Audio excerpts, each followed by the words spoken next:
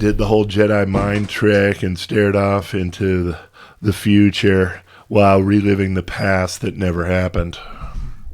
That sounds about right.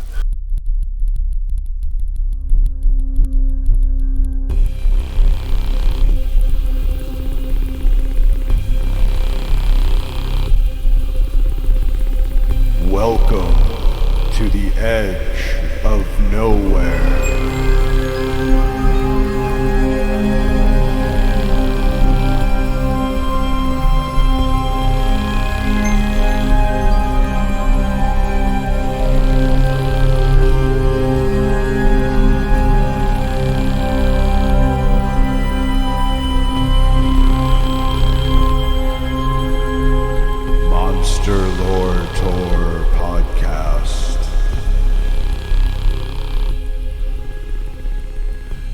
All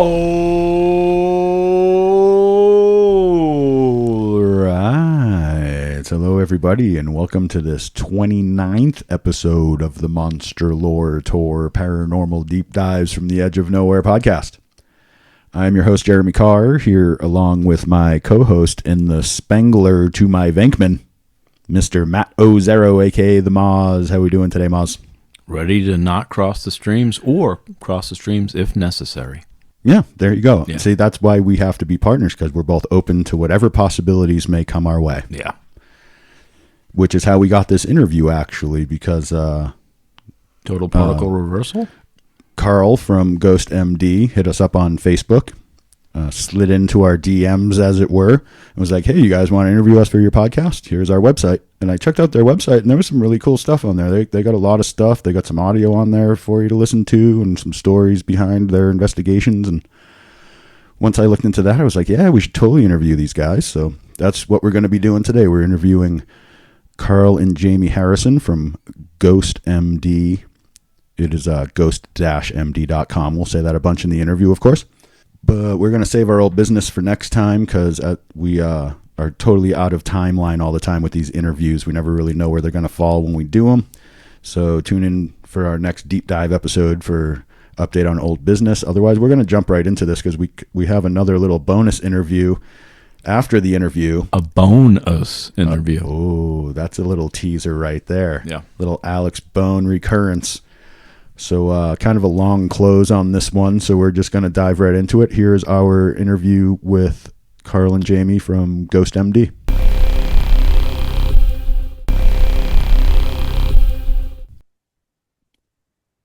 All right, we're here today on Monster Lore Tour with Carl Harrison from ghostmd.com. That's ghost-md.com, right, Carl? Yes. So you have been doing investigations for quite some time, it seems like. I saw on your website. There's a little quick background for everybody before we get into more detail. On your website, you say you've done over 100 combined cases in Arizona, California, Maryland, New Jersey, North Carolina, Pennsylvania, and West Virginia. That's a pretty good part of the map you covered there. Thank you. And that your current coverage area, because you actually relocated from Arizona. You're now in Maryland area or something, but it says Yes. Maryland. Your website says Maryland, Pennsylvania, New Jersey, Delaware, West Virginia, and Northern Virginia. So you're willing to travel a bit for this stuff. Yeah. Actually, West Virginia is not too far, nor is Pennsylvania, where we're in the Panhandle in Maryland. Okay. So Virginia is not too far. Getting into maybe Jersey and up that way. I mean, if we're Jersey's is right across the street from Philadelphia, so Right. anything that's kind of in that area, we haven't gotten much cases since we've created G.H.O.S.T, for 2 years, but I think there's a lot of exciting things down the pike. We recently got a hold of Police Chief Mike King from Shepherdstown. Police chief. Yeah, goes to Shepherdstown. The concept is actually the police do get a lot of calls, maybe not so much anymore, but they do get calls where nobody's broken in, this, that, and the other, and it is indeed paranormal. So we've extended our knowledge about us, and he's like, yeah, if I get any police calls Wow. and I find out that they're not, crazies, we'll go ahead and get you sent, we'll give them the information, and you do with what you will with That's it. really cool. So it makes you officially a real paranormal investigator. Like you're working with law enforcement in a way. I mean, Yeah, not officially as law enforcement, but with law enforcement. that was, I mean, when we realized Shepherdstown was this close, and we watched the show and everything, and we were like, it would be cool if we could be that team, and it looks like we can't be. That's great, man. He hasn't called, unfortunately. He's in my favorites. I, This I, I like that. That's very forward thinking for a paranormal investigator to actually go to the local law enforcement and be like, if there's anything you guys don't know what's going on, call us. Maybe we can figure it out for you. That's brilliant. and he's very paranormal friendly. He understands that he works in a haunted town. Yeah, It that was must be interesting. That must be interesting for law enforcement in a place where you can't explain half the stuff that's going on. Yeah, he's like the high school. Nobody can get in there, but that place is haunted AF. And and just some of the cool stories that he's told us, it's just like, man, I wish I could just take you out for dinner and have a couple beers and just, pick your brain and hear some of your stories, because just it's just too cool. Well, that's cool, man. It's good to see that you're putting together some real action for yourself after the relocation. Because you were a part of an actual full on team out here in Arizona before you moved, right? Crossing Over Paranormal Society or the Cops Crew. There you go. And that's what a lot of these investigations on your website came from then? No, not so much. Oh, okay. There are some that were, and we had permission from the founders of that team to say, yeah, go for it. You can display your evidence that you collected for us, but a lot of it, my wife and I have, and she's sitting right next to me. She's just not on camera. She and I said, you know what? Let's go on like a little mini vacation. Let's go find haunted locations. Her three favorite words are graveyard or cemetery, abandoned. What's the other one? Haunted. Nice. Nice. An abandoned haunted cemetery is the perfect place for it. That's great. Yeah. When we met, it was like, oh, you're the Pete to my pod. Okay. Yeah. Yeah. Yeah. Well, when your interests are that far outside the mainstream, when you find someone who shares them, yeah, that's kind of a immediate bond, I guess. That's cool. Well, so before we get into your investigation stories, actually, tell us a little bit about your methods so we know what we're getting into here as we go into your stories. I see you do a lot of EVP stuff. Are you very techie in your approaches?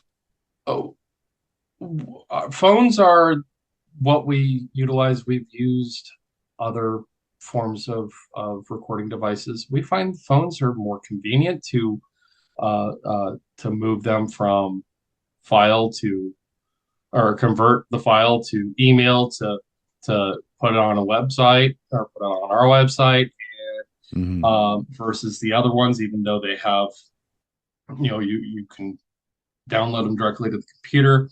I think it has a very awesome quality to it. Not only that, but phones have great photo and video recordings, so there's that as well. So phones are actually kind of our primary recording devices, if you will. Makes sense these days. We have SLS, we have uh, video cameras, REM pods, EMF, of course, K2, even low techie stuff, dowsing rods, balls, cars. Oh, so you do deal with the less techie stuff as well. Yeah, absolutely. I mean, if it garners evidence, it has its place. We Sure, will sure. use anything and everything to our disposal if it's worthy. We have the Cool. motion detector music box. Actually, it has a recording. It's not the one that you see on Project Fear, but It's a little bit more electronic, and it plays the tune to Unsolved Mysteries. Unsolved Mysteries. Oh, right on. That's cool. And that was her story coming in, to being a person who's interested in the paranormal. She saw the Queen Mary episode on Unsolved Mysteries, and ever Oh, since she's yeah. been like intrigued. The Queen Mary's a great story. Yeah.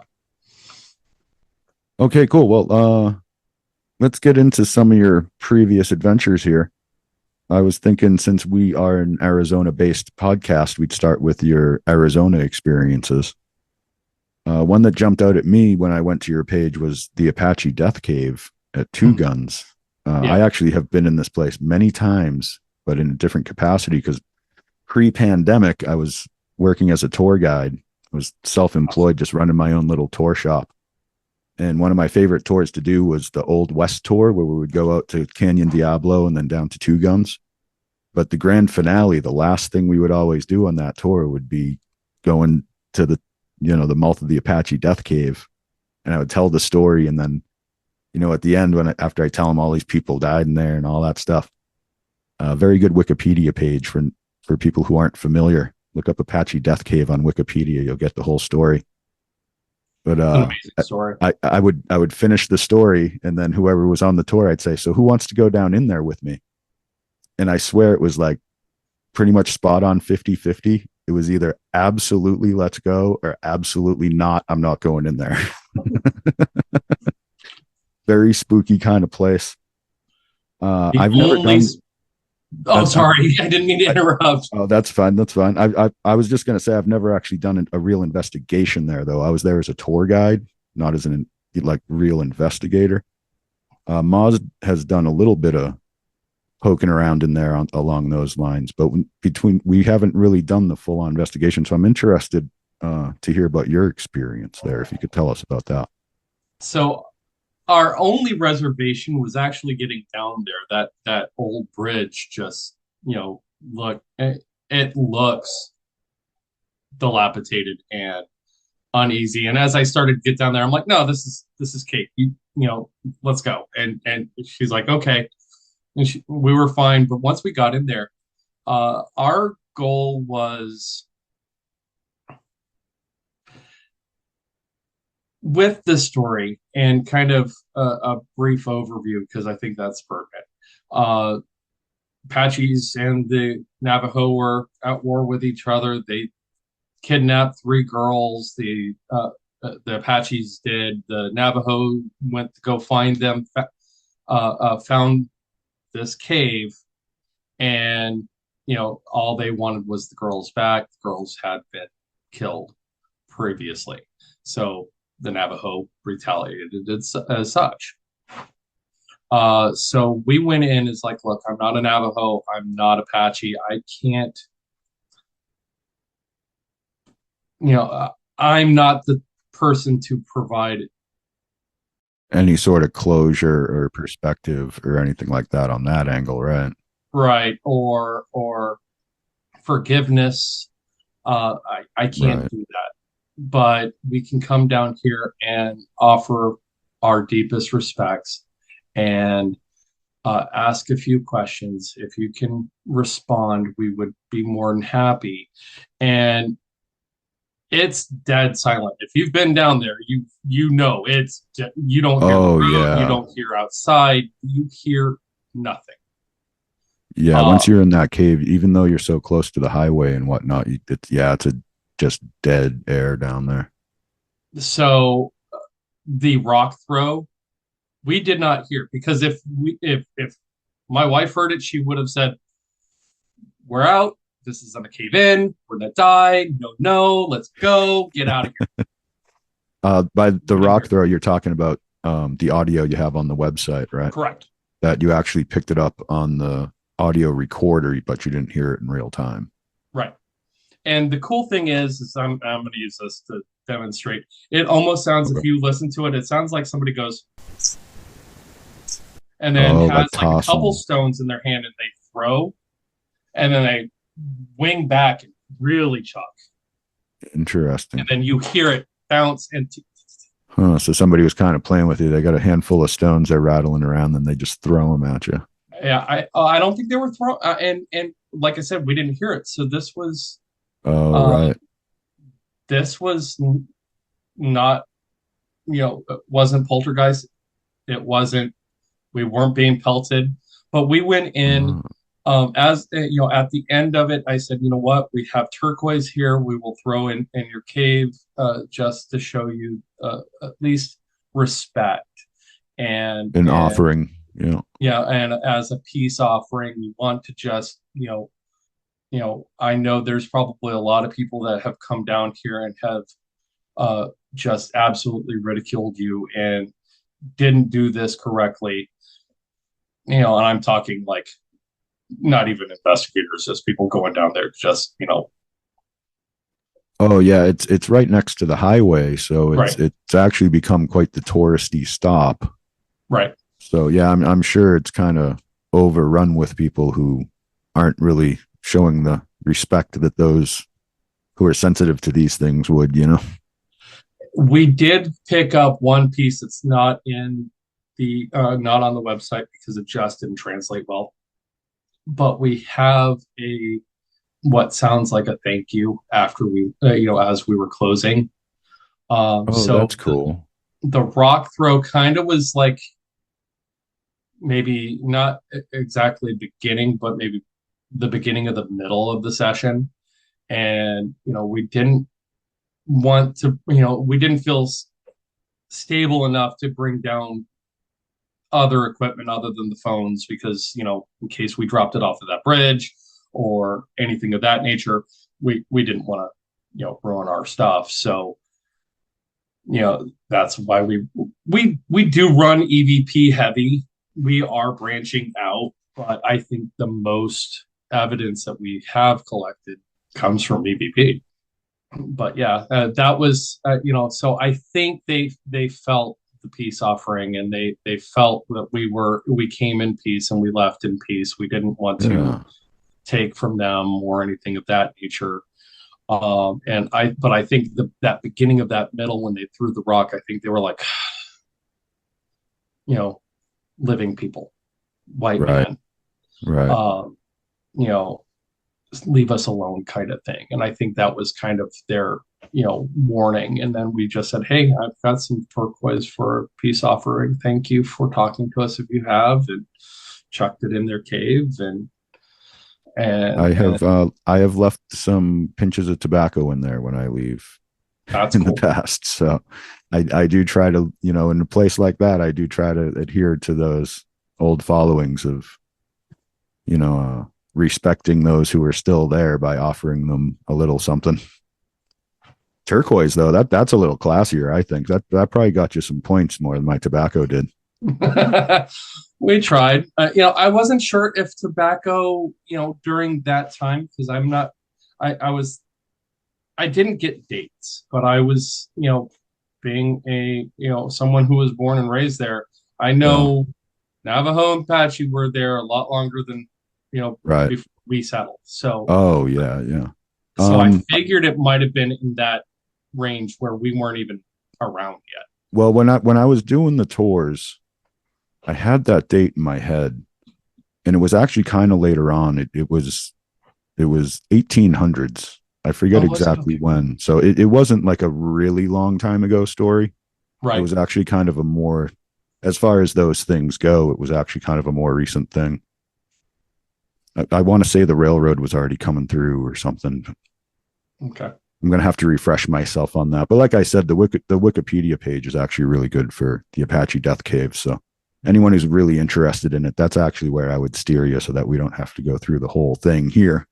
Right. Because you got a lot more places you've been that I'd like to talk about. One that stood out to me, a piece of audio from your website that I would kind of like to splice into the episode here. But this is the Magma Club investigation in Arizona. Oh, yeah.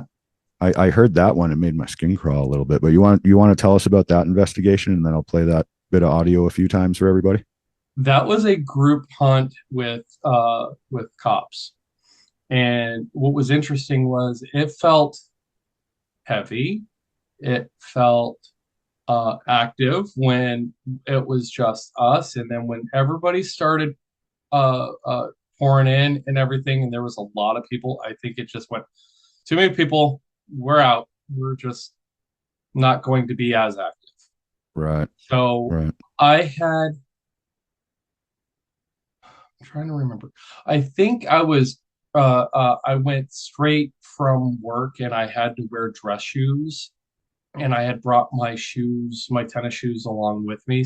So I left my recorder going. I left the room to change shoes because dress shoes, not, it's superior. It's it's the Pretty desert. rocky out there. Yeah, Yeah. it's the real hard pan kind of desert out there. So I needed something a little bit better traction wise. So I went off and I switched shoes. I left my recorder going. I also left my K2 go. Brand new battery in the K2. Like I literally switched it there on site. Then came back, picked up my phone, stopped recording, and grabbed my K2. I'm like, what the heck? My K2's dead. I'm like, well, hey, good. Maybe I got something. And that was really the only piece of evidence I got in that. And with group hunts, it's really, really hard to. Yeah, I feel like any sort of energy based thing, like when you're doing paranormal investigations, particularly ghost hunts, and even places like, I live in northern Arizona near Sedona where they talk about the vortexes all the time. Oh yeah. And I feel like the more people that go to these places, the more the energy kind of gets dispersed, and like it loses its ability to manifest in the way it used to when there's 1,000 times more people there all the time, affecting and absorbing and recycling whatever energies might be there, putting their own energies out there. Who knows? But I just feel like the more people that are around, the more interference there is with those things you might otherwise perceive if you have the place to yourself. Yes, and I don't know. It's funny because I've been to places by ourselves multiple times, and it's like they go, "Oh, I don't know you, so I'm gonna shut up and be quiet and be less active." And then the more times we go, it's like, "Oh, hey, I remember you. Yeah, I'll talk to you, or I'll make Oh, a door shut or something." that's Um, interesting. So you find that if you keep going back to the same place, you'll get yeah, more reaction from yeah, whatever's there. I agree. Yeah. And then I've been to places like, say, Penhurst out here where it's just active, and it's just nonstop. So Oh, I okay. think it is more intelligent spirits. I think intelligent spirits have their choice, that they have you know, they can interact with you or they can not interact with you. And I think I think they can get overwhelmed just as easy as we get overwhelmed. That's why Yeah, I totally, think Magma totally. Club was, it was active and felt heavy and this, that, and the other. And when we had 20, 30, 40 people plus there, they said, nope, I'm out. This is too overwhelming for us. And they just, you know, do what they do when they don't want to do anything. Right, right. That's a great way to put it. All right. Well, I'm gonna actually play this right now. Here's what I'm talking about.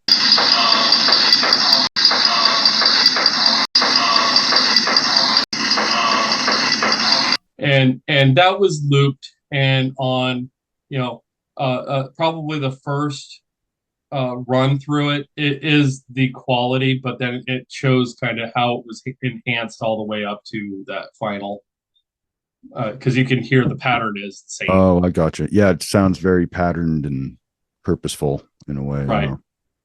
That was edited by a former member of Cops Crew, and I thought that was pretty cool that he was able to do that for us. But yeah.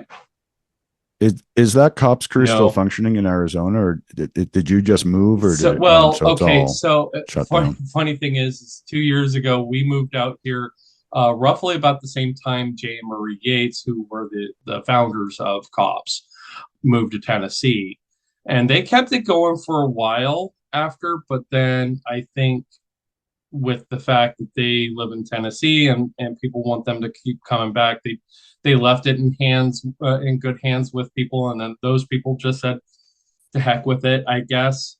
Uh, Yeah, it's tough to keep it going when the original band right. breaks up, so to speak. And it was left in the hands of the original band, or at least members of. But when the lead singer, Van Halen wasn't as good without David Lee Roth.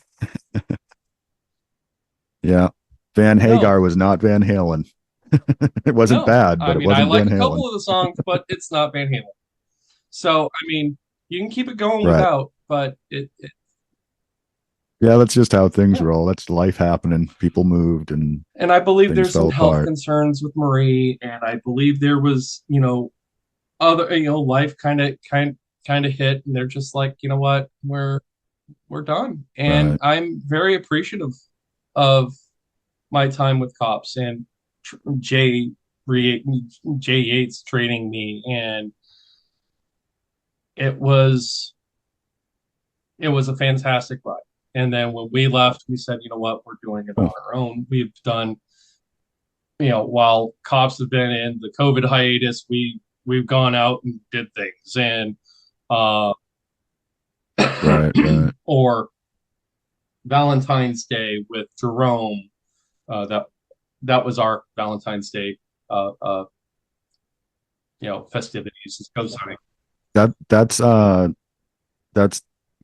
one down on my list. But you want to talk about the Jerome one now? She has her personal accounts on that one. That's actually why she was like, I want to be along so I can get that one at least. Yeah, I was hoping to get it straight from her for that one, because I read about it on the website. That's one of the better stories on there. So I was hoping to get it firsthand.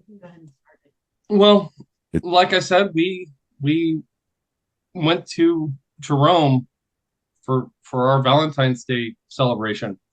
We didn't do fancy dinner and roses and candies. We went ghost hunting. That's what we do.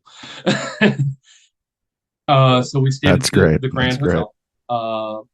In what was that, the third floor the first time? Yeah, third floor, where the psych ward used to be.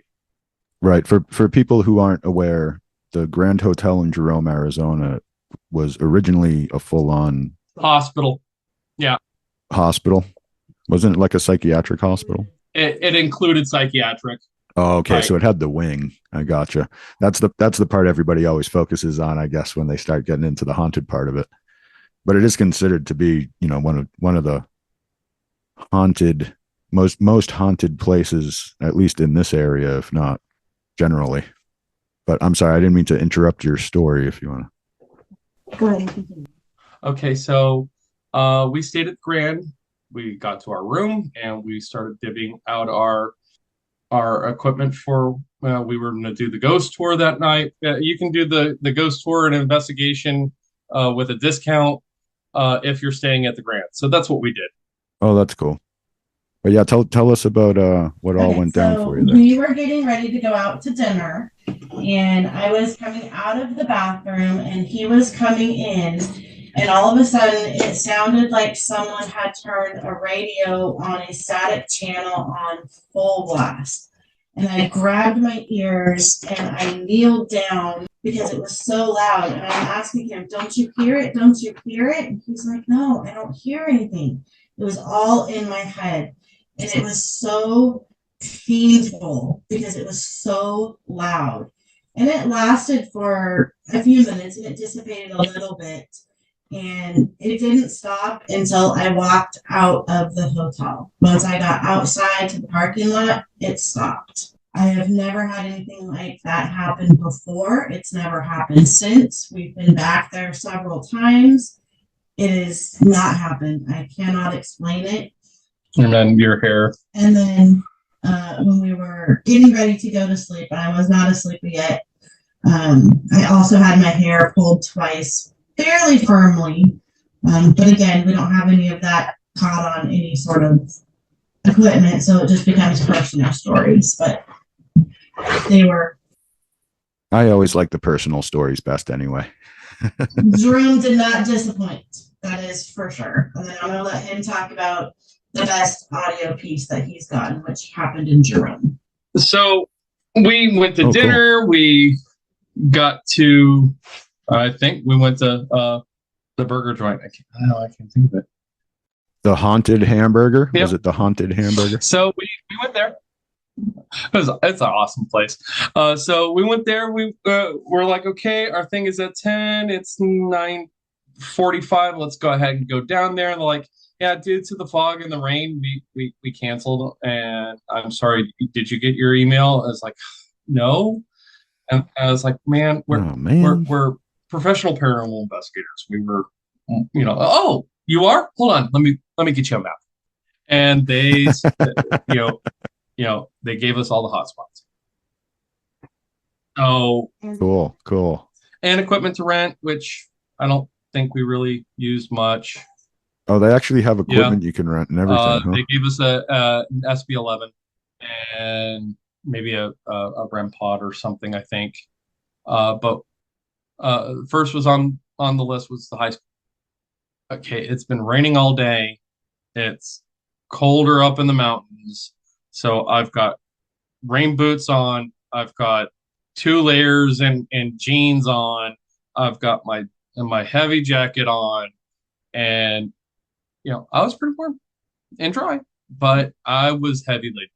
I also wear, I'm former military, so I wear an LBE, which is low battle equipment. It's the suspenders and the belt, and I use it to just store equipment.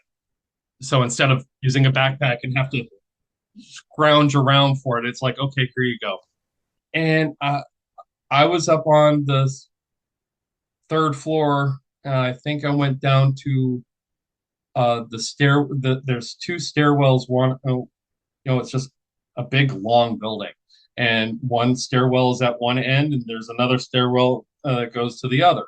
And Jamie was down on the gym level, which is like, I guess, the basement area. But yeah, there's the gym and there's a couple classrooms and everything else. And so she was down there conducting an investigation on her own solo. I was solo, and I'm like, okay, I'm going to sit in the stairwell. I'm going to take a break. And one of my favorite strategies is I'm going to shut up. You have the mic.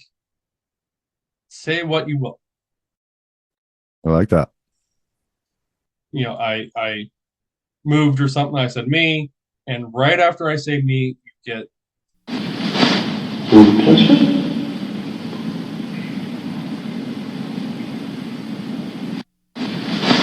Food pleasure?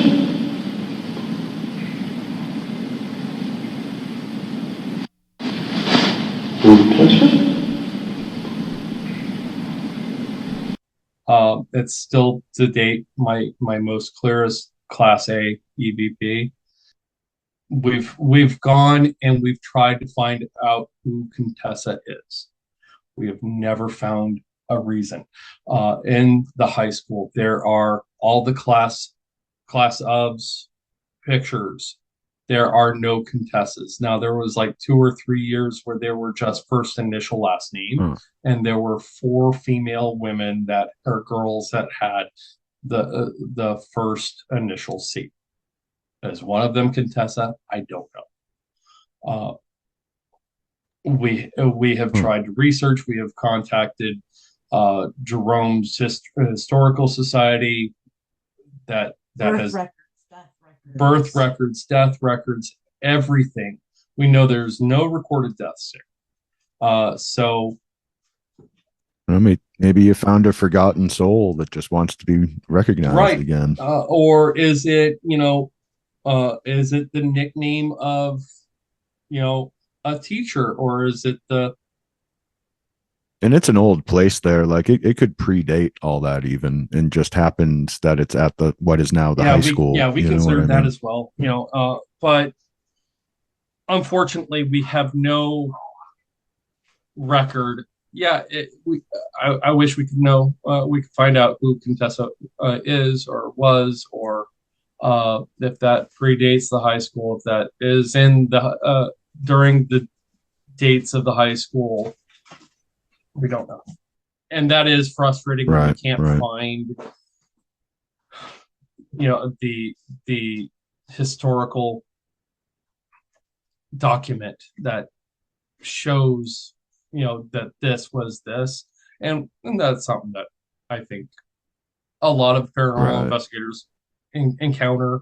But that was one that we really, really searched for and could not find. Right. Well, we all appreciate you putting in the effort. It's almost a shame that you're not still in the area, so you keep going back. Because, like you said, maybe if you keep going back, build a We rapport, did, maybe you could get more out of them. and it's kind of funny on that Oh, so one. you It did go was like back. the more and more we went back, the less we Oh, interesting. Okay. Yeah. Fickle spirits, man. got. Every time we went, the doors were always open, day or night, middle of the night. And the last time we went, it was locked, and that was during the COVID time. And I was like, okay, Oh, yeah, they've sure. they've locked the doors. There's no way we can go in, and we were disappointed, and we Can't left. even do it anymore. Yeah. No, that's too bad. One other Arizona story I saw on your website, from Vulture City. This one has some cool audio as well. I'm not sure it'll splice well. It's really low, but if you go on the website, ghost-md.com, and go to the Arizona section under Vulture City, might be the better way to hear it. But to me, this one definitely sounds like a voice. It's kind of indistinct. It's almost like it's a foreign language, or maybe even like I almost got the feeling it was talking backwards. Do you have any thoughts on that? Uh, I'm guessing office. It says it's Henry Wickenburg's house. Henry Wickenburg is German. Listen to it again, and Oh, it was listen to it again, German. and see if you hear German notes to them. Now that you said that, I'm totally going to go back and listen to that, because it was like it so sounds like a voice, but it's like not English words. It was something else. So yeah, maybe German. Yeah. I hear "sit" in a German accent, because and that was like a role play investigation tool. Funny, I used the same turquoise as the Apache Death Caves turquoise. I had some left, and turquoise is a derivative of gold. Or, if you find turquoise, there's gold near. So uh, I said, I went into this house. I'm like, Mr. Henry, I just found some turquoise just outside right between here and the assay house. Uh, uh, you know, maybe we should dig here. Oh, And yeah. They don't want it you was touching after their that claim, I get huh? oh no, like I was role playing like I Yeah. was one of their miners, and I'm like, hey, I just was kicking the ground and I found some turquoise. Maybe there's some gold right in here. What do you think? Maybe we can, dig, more in town and see if we can find, more deposits of Right. Sit gold. down and tell me what you're And I talking kind of about. went with Yeah. that, and Okay. it was like sit, like he That's was pretty interested in brilliant, what man. I had to I'm say. glad I asked that question. That clarifies it for me. That's great. Yeah, On that note, let's move on from Arizona and head out east a little bit. I did see, next thing on my list here, I did see you went to a couple of big name Civil War battlegrounds in Antietam and Gettysburg. Uh, the Antietam story sounded like you weren't able to do too much there. The Gettysburg was a little more interesting. Did you? Can yes, you tell us kind of about those experiences? What you might have felt, experienced, or heard, seen? definitely. So Antietam, yes. In fact, I've applied for an overnight stay, and they're like, "I'm sorry, we only do it for Boy Scouts and Girl Scouts. And it's like, okay, well, can I say that I'm a Boy Scout, or Girl Scout troop? And it's just us. And they're like, no. I'm like, dang it. Okay. Because we already know stupid. It's like, oh, guess I won. So until, there are more lax restrictions, but it's pretty open during the day. We have, And we live like 20 minutes from it. yeah, we live 20 minutes from Antietam. So it's like hop, skip, and a jump. I used to work in Shepherdstown, and I pass Antietam every single day. Really haven't really gotten anything out that way. When we initially came out here for vacation, and that's why we moved, when COVID, relaxed and we could fly again, we took our vacation away from the kids because God love them. We do too. But after that, we all needed a vacation, and not a family one. We needed a mommy daddy vacation. Right, by ourselves. And it was also for her birthday. So our first stop was Gettysburg, and we actually our second stop was in Antietam during the day for a bit. We went to Burnside's Bridge, and it was just so loud with cicada we couldn't record anything. I kept getting. Oh, okay. I think I got a gnat dive bombed in my eyes 10 to 15 times, and I'm like, okay, we're just out. Oh man! I was like, another one. Dang it! Stupid gnats. So we yikes! Yeah, it's tough to get anything done when you can't even see through the cloud of bugs. And there was no cloud of bugs. It was just you could hear it, and it was like all of a sudden.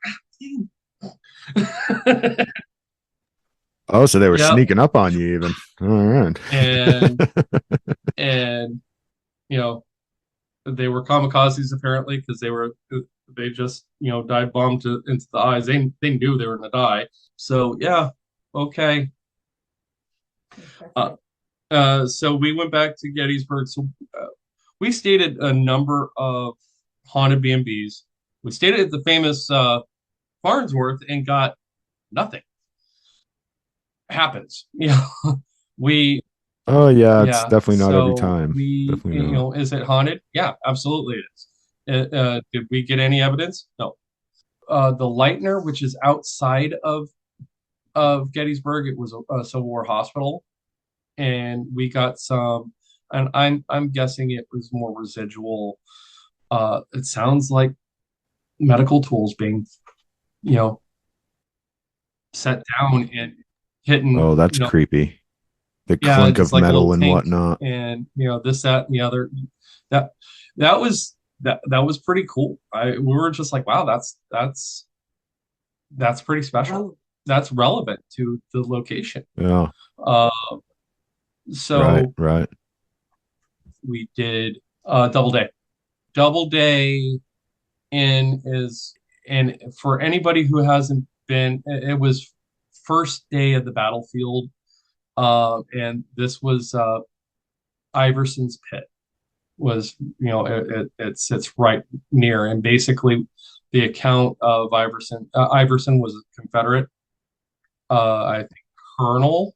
Okay. And he was leading his men towards the New York cannon artillery line, and there is a depression in that particular wheat field, as it is now. It probably has always been wheat, and his men were dead in depression, but he sees them just staying still, and he's like, come on, we've got a war to win. What are you doing? And he charges down to the depression, and he notices they're all dead, and then he charges back, and he's like, oh. So he was just yelling at a bunch of dead men. Yikes. So you can't investigate the battlefield at night. You pretty much sun goes down, you go down. So it was walking distance. So we were just taking a walk, not on the battlefield. And my wife had a thermal camera attached to her iPhone, and we were just filming, and we see one solitary silhouette just kind of moving. But running back and forth a little bit, but then so we hop in our car and we drive, Right. and you can see the battlefield pretty much, or that field on three sides. There's nobody out there. So, okay. Yeah, we picked it up Yeah, on that's the, wild. I guess if we're pointing north, we went to, and picked it up west, and then we picked it up south. So it was there, but a physical person wasn't. Huh. Wow. Then we've Right. got That's interesting. Yeah. orphanage. So here's one of those stories that we don't have the evidence for, the type that you like. We did the orphanage. The orphanage also over there. So orphanage was, again, if you don't know the history, after the Battle of Gettysburg, there was an orphanage for Civil War children who were left without fathers, men who died in the battle or within the Civil War period. And there was a soldier by the name of Humsfield or Hummisfield, and he was New York, and he was shot on the first day. He died in the streets of Gettysburg, and when they found him, he was clutching a picture of his three children. So that was like the publicity for this orphanage. And in fact, the wife of said three children Okay. came down to Gettysburg and was like, why the hell are my kids' picture in the newspaper up in New York about, all of this? Because she didn't even know her husband was dead. That's horrible. And they're calling her kids orphans when their mom's still alive. Yeah, mom's like, I'm going down. I'm going to march down there to Gettysburg and give them a piece of my mind. Right, I would too. Yeah. And they said, "I'm sorry for your loss. Would you like a job? We're looking for a headmistress, and you marching down here and giving you a piece of our minds is the perfect person to run this joint. You want to do it?" She's There you go. That's brilliant. And then her kids can stay there with her too, and they don't have to worry about where they're going to live and stuff. Exactly. And that's what she did until she met and married I think a pastor or preacher, and she got married and moved in with him. The atrocities didn't start until Rosa Carmichael took over her position. She was cruel. She pit older kids versus younger kids together. If somebody was asked for more bread, they would be punished. There is a dungeon. Well, it's a basement, but they call it the dungeon because if you turn off all the lights, it is absolutely dark. You cannot see whether it's it's day or night.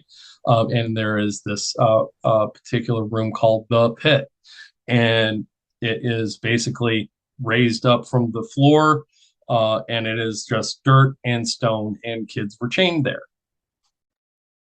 Not a very friendly orphanage experience, I guess. No, she was. I believe our docent said that she was fined twice a month's pay of $20 for mistreatment of the children. And when she failed to pay, she was not found at the orphanage. She ran away.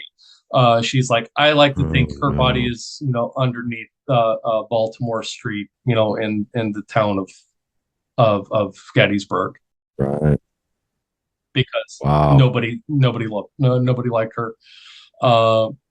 So we didn't get much the first time we went. The second time we went, we got the good EVP. But the personal experience we got was we were actually like, okay, we're going to move upstairs and do some stuff. And we're turning off equipment and just kind of switching gears. And while we were down in that dungeon, we heard heavy footfall from front door to back door. Wow, all the way across, huh? To the point she's like, somebody's here. I'm scared. I'm like, looking at my phone and like we got like 20 minutes left. They can't be mad that we went over. We didn't. Why are they why are they coming in to try to find us Yeah, and yeah. kick us out? No, it wasn't that. So I went up and I recreated it. I'm like, okay, there is a set of stairs going up and there's apartments there, and I'm like, okay, let me see, did somebody just come in and go up, walk up the stairs? And I trudged up the stairs, and she's like, okay. And then I did it across the way, and she's like, no, it's across the way. That's exactly what it sounded like. I'm like, okay. Debunk. That's pretty good when you can hear it moving all the way across and that heavy of a footstep. I always find that impressive. I feel like there's a lot of energy going on right there. It was moving with a purpose. To me, it felt like a boot step, probably even military boot. There were military guys still Right. involved with the orphanage. It was a national orphanage, so Federal Guard. I believe there was like a colonel that ran, or a colonel. I don't think it was a general, maybe a Okay, major. just military run. That was his primary job, was to just make sure that it stayed open and up and running and it's supplied. And from what Right. I guess the local lore is that Carmichael and this guy, either she corrupted him or he corrupted her or they corrupted each other, but they found a way to kind of game the system and this, that, the other, and he was probably in cahoots with it. So the second time around that we went back, Right. our daughter, we had a perilous on my cell phone. I'm not sure if it is from HTC, but anyways, it popped up granddad, and she's like, oh, is your granddad here? And we got a snarky, sounds like a young adolescent boy saying, maybe it was your granddad. That's right.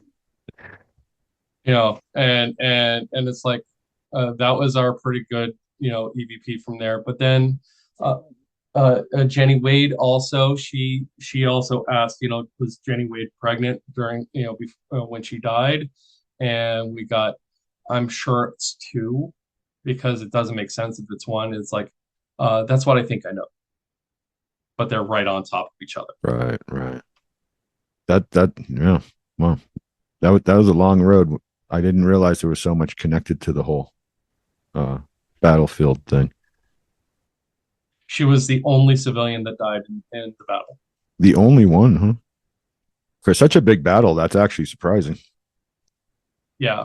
She was making bread for the Union soldiers, and a stray bullet or a sniper or there's, they believe that there is a account that it's believed that there was a sniper at the Farnsworth Hotel, or the Farnsworth house actually was the one that shot through the door and killed her. Yes. But locals say, I don't put a lot of weight in that. I think it does stand, that makes most sense, that it's just it was a stray right. bullet, and she happened to be there, and the bullet went through, and she happened to catch it. That's brutal. Well, one more place I want to ask you about that I saw on your website, and then we'll kind of move on to wrapping this up. But this is a New Jersey story from the Burlington County Prison Museum. You had some EVP audio, you said, but it didn't translate well. But it sounded like a really spooky. I read your story on the website. It sounded like a really spooky experience, that one. Do you want to tell us a little bit about that? It doesn't stick out as one of our best. It wasn't actually one of our best. We went towards the end of the day. They were closing up soon. Nobody was there. We kind of chatted up with them and said, hey, we're paranormal investigators. They're like, yeah, you can do whatever you want to do. We recorded. We got a couple names I don't remember what the names were. Maybe a William, but I mean, it was an old debtors prison before those were done away with.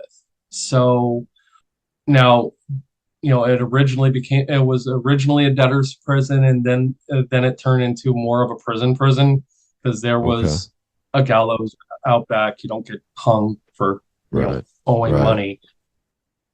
Maybe in France and England back in, Well, certain point know. in certain places, maybe, but not generally speaking. yes, I mean, there was one where there was a famous guy who was held there and executed there for, I think, double murder or something of the like. But we didn't get much except for those couple pieces of those names. It was pretty eerie walking through it, virtually alone. I mean, I've gone to many museums anyway, but there's usually people, and it Right. was kind of like, okay, this is more our speed as far as investigation goes. I didn't expect this to be in the middle of the day, but okay, we can hang with this. Penhurst we did for her birthday. That was kind of the whole point of the trip. Okay. Yeah, and then Fort Mifflin was also in that you guys need to check out on our website. We got really good SLS and EVP hits on those. That was also our evidence was also previewed on the following year's National Ghost Hunting Day celebration. Oh, cool. That's something. Yeah. Yeah, that's cool. That was an honor to at least be able to present that. I presented in video. Unfortunately, the company that held the video did not forward it back to me, Oh, but that's too bad. I haven't picked up, hey, can I get that if it still exists? And it may not even anymore, but my wife has the original filming of, and I can probably piece it together and put it on the There you go. website. But There you go. we still have, kids. I've got a 17-year-old who's about to turn Oh, boy. 18, 11 who's about to turn 12, and a 5 that's about to turn 6. Oh, so you got all three So- ranges going at the same time now. That's tough. Yes, sir. We're going to be in the teenage years for many, many, many, many, Yeah, many years. that's a rough spread right there. Yeah, and I hear you, man. There's never enough time in life for us who have hobbies like this that we would love to just throw ourselves into entirely, but there's just too much going on, Right. And in hopes that, my 12-year-old will be more kind of the babysitter, and, we can, take off for a night. Yeah, totally. And be back, later that night. But we, and if we do get any, residential cases in St. Virginia, we have plans in place. We'll be taking, everybody will be taken care of. Right, So. right. And speaking of which, I did kind of want to slide into that and talk about what G.H.O.S.T really does, because it's not just an acronym, it's not just a name by the sound of your website. You actually want to go out and help people with their paranormal problems, right? Yeah. So what kind of services, I mean, do you get rid of the ghosts? Do you just try to classify things? Like what actual service? We can classify, we can, whatever a client wants us to do. If we did have a client, and unfortunately it's not up, we've been busy, and it just never, we have never had time to put that evidence up on the website, but this is out in Shepherdstown. Lila is a restaurant, and we have some really cool, we've gone down there twice, and there it was a stop on the Underground Railroad. It was also the morgue for the Battle of Antietam. And there's a couple families, from what I understand, of Underground Railroad passengers there. And there's a couple Civil War soldiers, one Union, one Confederate. And Confederate thinks he's in charge. He's a little grumpy, but the Union soldier knows he's in charge, and he's not grumpy. It kind of keeps everybody in line. They absolutely love their ghosts in their restaurant. They don't want them to go, but we do offer cleansings. We do offer home blessings if possible. I have successfully gotten our homes back in Arizona and here cleansed. What's your cleansing process? Do you smudge with sage and whatnot, like the more like typical stuff you Smudge. would think of for that? Smudge with sage. I have found the Benedictines monks recipe for holy water. Basically, it's salt. It's salt water and prayer in every aspect of making the holy water. So you boil the water and you pray over the water while it's boiling. I crush kosher salt so it dissolves faster. And as I'm doing that, I am praying over the salt. When you combine it, pray over Sure. that. Yeah, infuse it with your intent. Yeah. I didn't Exactly. know holy So, water was salted. That's specifically Benedictine thing. I believe so. Interesting. Well, because salt is pure. Right. Right. Water is pure. So you combine the two pures to create holy water. As far as I am understanding how the Benedictine monks do Sure. it. So Well, it makes sense when you think yeah. about the salt circles for protection and things like that. It Yep. feeds into a lot of different other mythoses in the world. It's interesting. So and yeah, smudge with sage or Sao Paulo wood. Oh yeah, yeah. The Palo Santo. Or yeah, Yep. that's it. Goes to show you I don't use it much Right. because it is actually rather It is expensive. compared So to sage, it's quite expensive. Yes, it's much easier to smudge with sage than the Palo Santo, but it's a sacred Palo wood, Santo. so only grows Yeah. in so many places. And do So you have any? Maz is asking in the chat here. Do you have any other investigations planned as to where you're heading next? we are it's warming up, but we're quiet. We would, if you've got any audience people out my way in Panhandle, Maryland, Hagerstown, Williamsport area, and you've got something going on, we would be more than happy to come in and take a What's look the best way for them to contact you if they have an issue they'd like you to look into? through the website. Ghost-md.com. Correct. In every page, whether it's the home page or it's the location page of where we've investigated, there is a how can we help.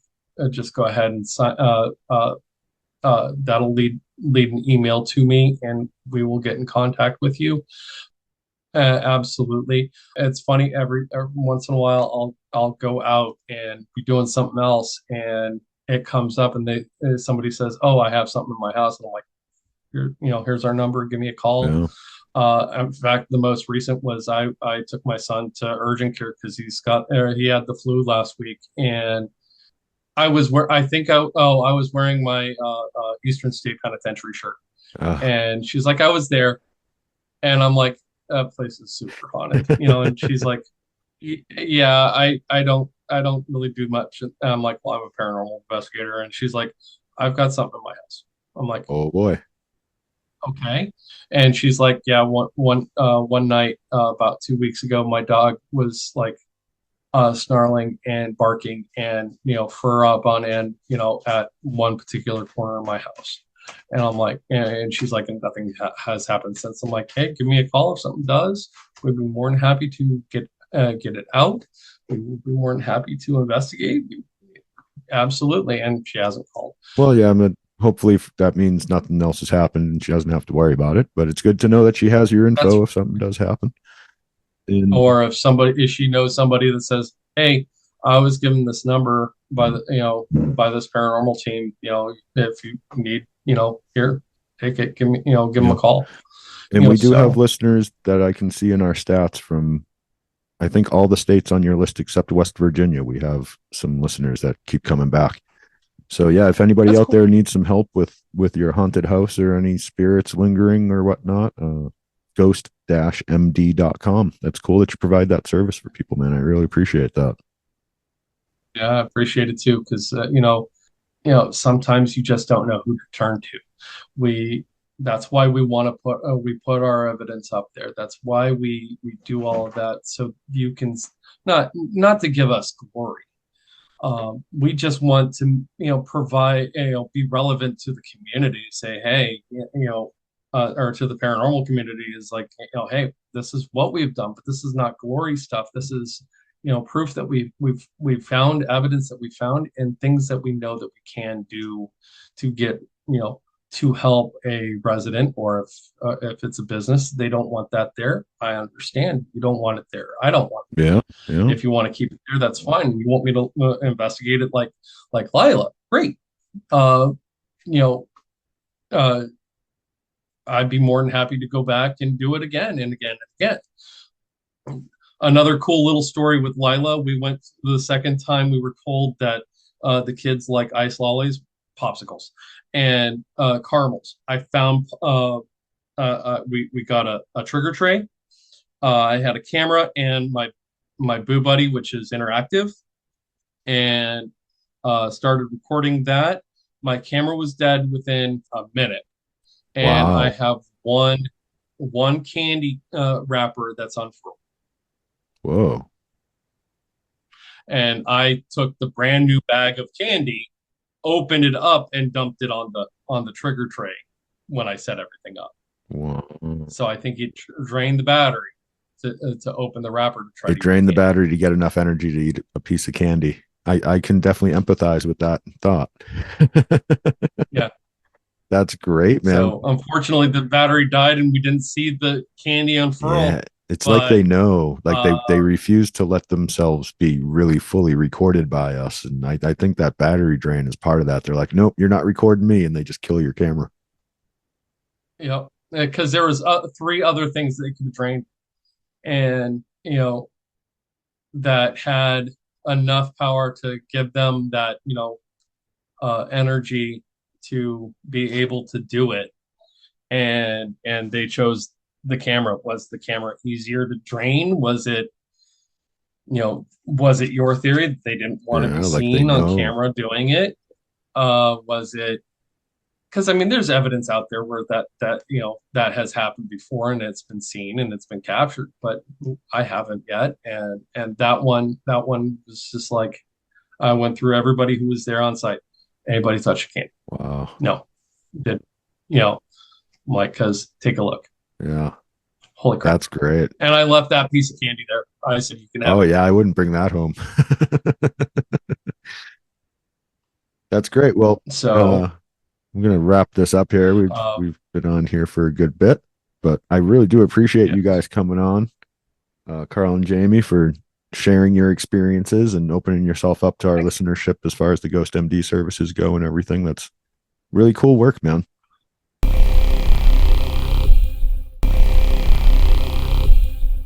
All right, and we're back here in the studio with a special guest, actually. We have brought Alex Bone back in. It is I, but I'm not used to sitting on this side of the table. I feel like a regular person. Is this how the normal people live, instead of being in my game master chair? I'm sitting in Bone's dungeon master chair right now, and he's sitting in the peon chair over in the corner on the other side. It's a weird role reversal because I'm usually the peon in this situation. I feel like I need to make a saving throw. It makes it sound like he pees on me. Anywho, wow. as I mentioned, that's a bad game. That's a gaming session 0. We need to take care of that early. There you go. Okay. Well, I'm ready to fulfill my need to share my knowledge. Well, what we're here for, why we've brought Bone back in, we mentioned, or I should say I mentioned in the interview preceding, that Moz had done some poking around in the Apache Death Cave. And since I was flying solo pretty much on that interview, I figured I'd ask Moz to recount his experiences there. And it came to light that Alex Bone was part of that story and has a story of his own attached to that. So I'm going to pass this over to Maz and Bone to recount their odd experiences in the Apache Death Cave. Well, I think the first thing is that I need to jump ahead because it was not Maz that led the foray into the darkness of the once murdered Apaches. It was actually his wife and I who went down first.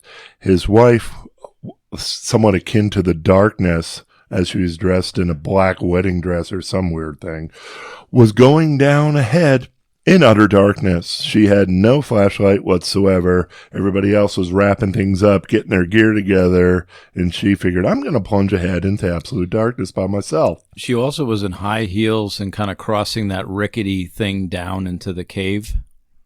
Like, Correct. By the way, people had a hard time actually getting there. That's the bridge that Carl was talking about in the interview, to get down into the hole where you get into the cave. Yeah, I have a quick question. How did you do that with tours, Jeremy? It's not as bad as it looks. I would show them how to walk on the right side of the thing, and not everybody went down there, but anyone who did had zero problem with it. It looks worse than it is. Yeah. Correct. So at the time I was working with this group, and we had some funding problems from time to time. So I see the woman in black going ahead, and I figure I should give her some backup. I set my beer into an alcove, grab my trusty flashlight, which I determined is kind of out of batteries, but I could get it to blink a little bit. So it suddenly became some sort of like Texas Massacre, like taking pictures of something. So you have this pinpoint of light that you could see the outline of the dark, like, you know, that horror movie thing. And so I was like hitting this button. It would give me a little flash of light. Like, I see this ghostly woman going into the utter darkness. I'm like, well, I guess I can avoid these rocks, and I take a little right over here. And we went ahead. And that's when I was trying to push the envelope a little bit. It opened into a bigger room. It's pitch black. I got, I'm flicking my lighter now, just like, and then these bats come out the wall, and it sounded just like the intro to Scooby-Doo. Apparently, that's real bat sounds in Scooby-Doo. Wow. And It's important. It was circling around my head, and I was feeling like, okay, I'm in utter darkness. Flicking my lighter, lighting matches to try to see. There's bats flinging around my head. I think I'm going to hold up a little bit and maybe wait for the other. Maybe somebody in my group might have a flashlight that works. Good survival instincts there, Bone. Yeah. So, but you're sure the flashlight was actually dead when you went in there, or did it get drained as soon as you went in there? Because that's the thing with ghosts, is they'll drain your batteries. I'll go with the latter. I'm usually pretty prepped. I'm the type of guy that has 14 different things in my backpack for whatever I need, and I haven't used my backpack for 6 months. That type of thing. Yeah, you don't seem like the kind of adventurer that carries around dead batteries in your flashlight. Nope. So I had the headlamp on, and I was the last one to probably enter the cave. That makes sense. And it was, I think you say it's easy. It was actually, I thought it was a fairly treacherous entrance. And it was fun to see, my wife do this with high heels. But we did an EVP session down there as well. And we didn't get anything on the EVP. And honestly, I did not feel any dark. I mean, the story behind it, obviously, we went over a little bit in the thing, is that they were trapped in there and there were deaths, and it was kind of an awful story. But I didn't get any dark presence-y feel to that place, even though it was incredibly creepy just in general. It's a creepy little, it's a cave with little offshoots and other little areas. And if you explore it, it's definitely an interesting little. Oh, I got the vibe. I mean, I've dealt with, I don't know. Well, supernatural presences before. I have delved deep. Here's a story. Here's something you guys probably didn't do down there. So when you go in, there's the mouth of the cave. You think you're going into it. You take a right, and there's a ray of sun coming down because it's actually Right. you're almost in the narrowest of slot canyons for a second there. Off either side of that little passage are holes going down, other caves going down. They've walled them off mostly, so you can't get down in there. It doesn't look like it's something without rope and stuff that you're going to be able to do anyway. But then you go in a little farther, and it goes into that big open dark room. Enter the cave proper, so to speak, that you guys were just talking about. Now, if you go to the back, like kind of stay on the left wall, go to the back of that room, there's a slot that opens up. It's maybe about 7 feet wide at the mouth. I went down there to see where it goes. Is there really any kind of way out of here? And as you go down that, it's really narrow to begin with, and it very slowly gets narrower and narrower and narrower until you're like, by the time I was done going down it, I was sideways with like my chest and my back. We're both touching rock, and you can't get there. You can't go that way anymore. So when you picture the cave filling with smoke, bunch of enemy outside ready to shoot you down if you try to go out through the fire, the only way you see that you might be able to get out is down there, and it just, like, I can imagine them corked into that. Like that was weird when I found, like, I had a really weird anxiety thing starting to happen. I was like, I got to get the hell out of here, because I started feeling like, oh my God, I know what these guys were going through for a second there. You know what I mean? But so there is more to it than most people even see, I guess, was the point I was getting to there. There's those, if you believe the accounts, those people are evil. You don't, if someone's raping your wife and your kids, you're going to kill them. And if you're doing that, you're not a nice person. So this is the murder of a bunch of evildoers all together in a brutal, violent way. Talk about the potential for danger. If we were in medieval Europe, they'd probably worried that it is a hive of vampires. This is what causes specters and wraiths. I mean, it's an evil person murdered violently and tortured horribly and suffering trauma for the last day of its life. If that's not going to create an evil spirit, I don't know what is. That's a good point. Yeah. Wow. Well said, Mr. Bone. This is why you keep coming back to the Monster Lore tour right there. So yeah, so no one's really experienced too much in there, but it does seem to be a place where I don't know if I'd spend the night. I've actually seen signs of people having been living in there, like probably transients living in there for short periods of time. They probably don't live there long. But yeah, I'm wondering if their stuff's still there because they left it or because they're gone. I do wonder that. It would be tempting to live there because it's one of the only places in that area that has a water source, because of the abandoned pool almost always has water in it. So, I mean, where else between, Winslow and Flagstaff can you get out of the rain and have a water source? And in the summer, get out of the sun. It's like 40 degrees cooler in that cave during the summertime. So, if not even more. So it has some survival potential. And there's the abandoned hotel. You could gather wood every day. You can make a fire and cook every day. Yeah. What about Canyon Diablo, which is right near it? I've only been there once with you, and it's really just the foundations of what used to be there. There's not as much to see or do, but it's also named after the devil.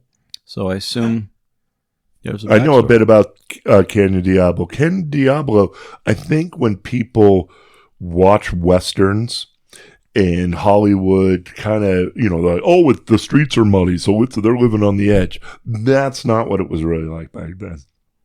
Everything was saloons and brothels, and maybe there'd be a general store or something. But a Dollar Tree. Probably a Dollar General at least. Now, but places like Diablo had 16 brothels. None of them were structures. They were all in tents. Same thing with the saloons. That place was rumored to have almost 20 saloons. Only one was made out of stone. The rest, again, you're just drinking in a tent. The one cool thing to see at Canyon Diablo now is the old trading post, because that was built out of stone. The old ice house is still almost completely intact. And you can walk down Hell Street and you'll see the remains. There's the old wood that's rotten out there, and you can find like old saddlery buckles and broken glass that's gone purple, which is the sun glass out here. The old glass would turn purple when left in the sun long enough.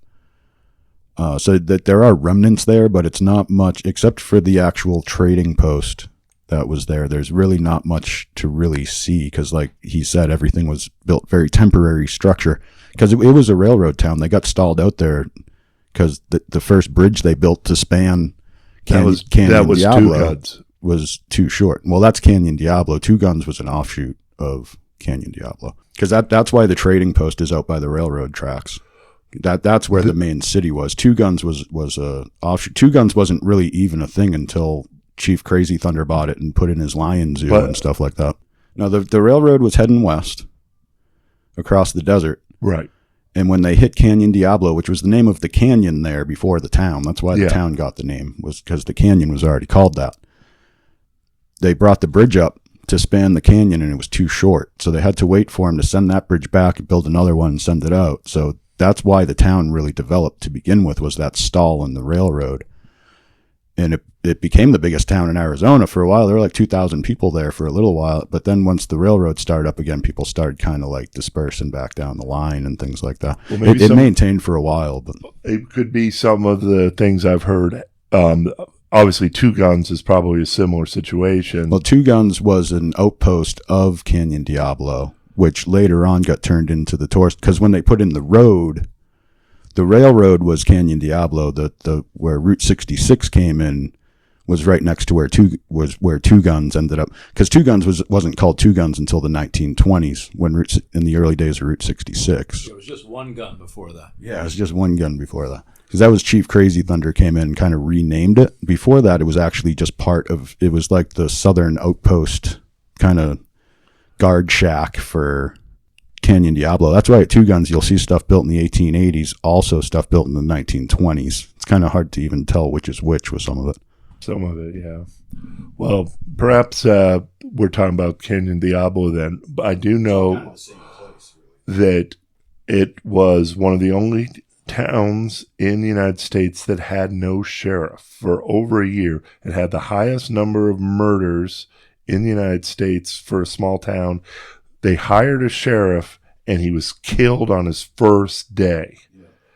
And then they went through 7 sheriffs in a year. You know what it sounds like? It sounds like our own Deadwood, because Deadwood was I know that was a mining town, but it's the same idea as far as a real rough and tumble. But in a way, it's Hell on Wheels, if you ever saw that show, Hell on Wheels. But it's a little different, though, because, Deadwood was, we're a mining town, money's coming in, so there's money to spread around. People are going to take advantage of that money. There's going to be rough riders coming in and dealing with that. This is kind of a different phenomenon, though. There isn't that, like, oh, this is a mining town. I mean, obviously some of that was going on, but this is more like they were interested in the railroad ends here, what in the middle of this barren, flat, deserty, but also really freaking cold in the winter place. So it's a different thing. It's not like, hey, we're mining for gold and we're doing all this stuff. It's more like, hey, we're trapped here and we don't have money to get to California. Yeah. And there's no railroad. And I don't have a horse. Yeah. And my wife's become a prostitute. No. Oh, no. Before it goes any farther down that hole, I think we can wrap that up. That's a little history of the place for you on top of what we talked about in the interview, a little personal knowledge on the place. If you're ever heading down Interstate 40 between Winslow and Flagstaff, you will see the exit for Two Guns. You get off, and just south of the highway, you'll see it as you're getting off, is the Two Guns area. If you head north into the desert up to the railroad tracks, you'll see the old trading post of Canyon Diablo sticking up. That's just a little tour guide knowledge for you there. But otherwise, we're going to wrap this up, I think. Our closing ran a little long, but is there anything you want to add or subvert before we go, Moss? I am really impressed that there was a Scooby-Doo bat, and we'll circle back to that for sure. I do remember that bat actually almost hit me in the face a couple times as well. So I don't remember how it sounded. I just remember ducking a lot. Yeah, very good. No, that's the. If you want to remember what it sounded like, go watch an episode of Scooby Doo, man. Old school original. Exactly the same. That's awesome. But you just made a sound more like them from that giant ant movie. Oh, well, I wasn't going to mention when they showed up, but that'll be for a different episode. Fair enough. When we do the giant ant monsters, we'll bring you back there, Bone. All right. So thanks for coming, everybody. Make sure to hit those happy little fun buttons on whatever platform you're on. Like, subscribe, share. If you got a minute to leave us a rating and review, that would be most appreciated. And with that, we will see you next week. Till then, have a good one, listener.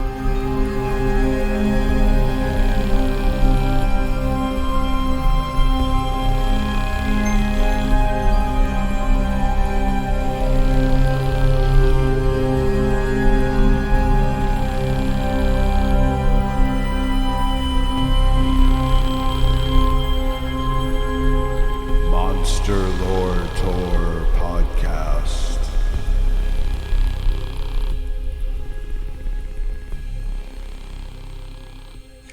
Moz keeps drinking in the microphone. Podcast.